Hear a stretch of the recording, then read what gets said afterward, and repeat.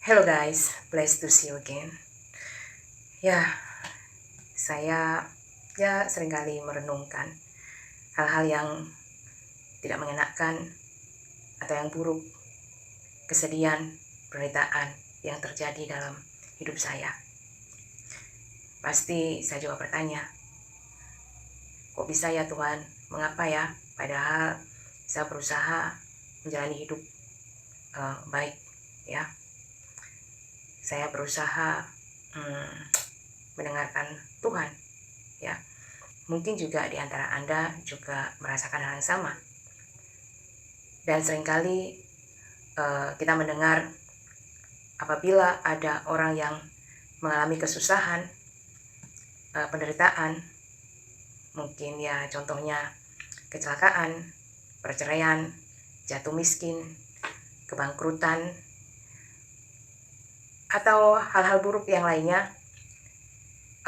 seringkali kita mendengar orang, itu sudah takdir, ya. Kalau teman-teman muslim bilang itu qadarullah, jadi sudah menjadi takdirnya Allah.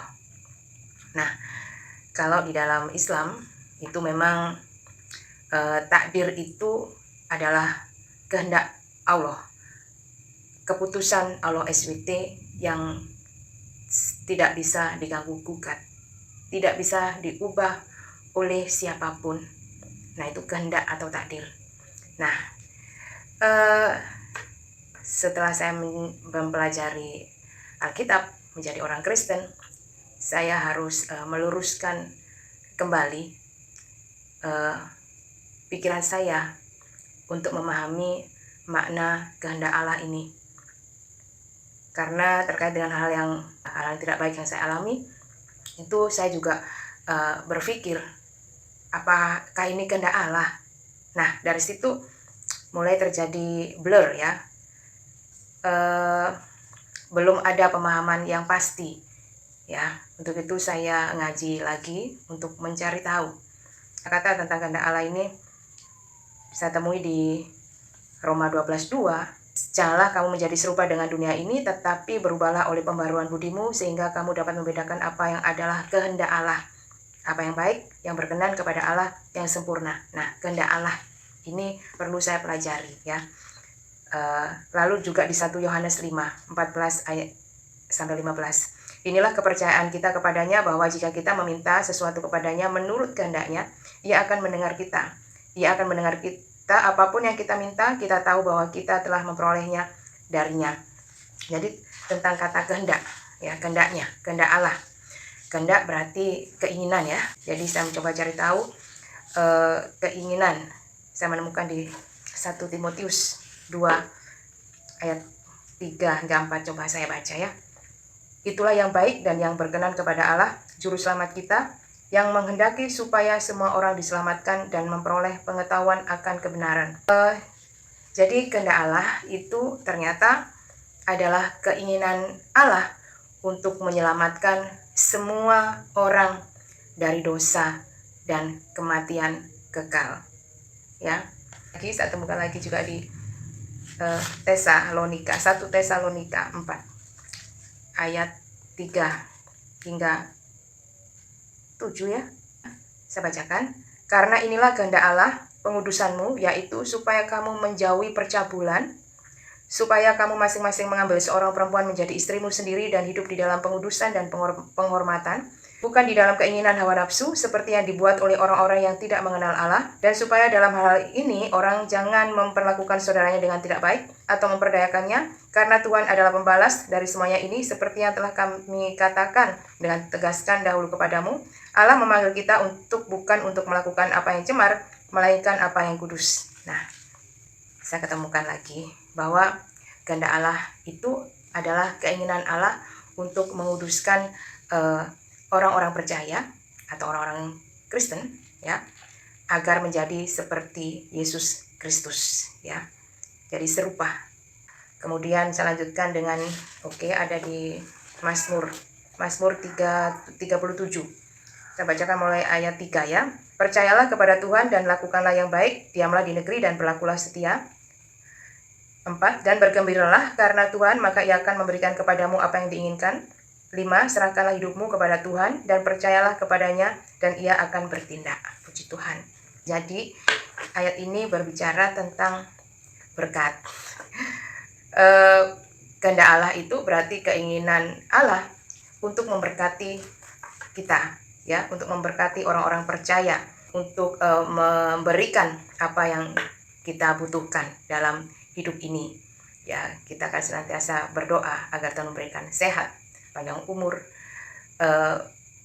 dicukupkan, ya, masalah keuangan, diberikan hidup yang sejahtera dan lain sebagainya yang manusia butuhkan dalam hidup ini. Oke, jadi ada 3 hal ya, berarti kehendak Allah. Lega saya menemukan ini ya. Jadi saya tidak diombang-ambingkan oleh pikiran-pikiran dunia, dan saya fokus dulu ke 3 hal ini tentang keinginan Allah terhadap manusia. Lalu saya tanya lagi, apa ya yang bisa saya lakukan atau kita lakukan sebagai orang percaya agar apa yang kita lakukan selama hidup di dunia ini sesuai dengan keinginan Allah tadi itu, selaras dengan kehendak Allah tadi. Jadi saya mencatat bahwa ya kita harus melakukan hal-hal yang tidak membuat kita jatuh dalam dosa, ya, agar kita tidak mengalami kematian kekal. Karena kan kebanyakan orang berpikir bahwa semua orang itu pasti mati. Iya, benar. Tapi kematian yang mati tubuh, ya. Sementara kehidupan kita nanti terus berlanjut. Apakah nanti kehidupan kita itu kita bisa menjalankan kehidupan yang kekal dan bahagia di akhirat, ya, di alam kekekalan, ataukah kita akan mati binasa kekal selama-lamanya di dalam api yang biasa disebut dengan neraka. Lalu yang kedua, berarti kita melakukan hal-hal yang selama hidup di dunia itu sesuai dengan firman Tuhan, berarti menjadi pelaku firman. Lalu catatan saya adalah yang berikutnya, yang ketiga, berusaha hidup baik. Meskipun kita menerima perlakuan yang tidak baik, ya. Jadi tetap kita menyerahkan hidup sepenuhnya kepada Tuhan. Dan ini melegakan saya loh, saudara. Bagaimana dengan Anda? Nah, ini bagaimana kita cara mengetahui kehendak Allah itu, ya. Dan dengan membaca kitab suci, ya, sebagai sumber utama. Lalu tentunya berdoa, memohon pimpinan Tuhan agar mendapat bimbingan dari Roh Kudus. Lalu juga mencari bimbingan dari orang yang berpengalaman dan bijaksana di dalam iman.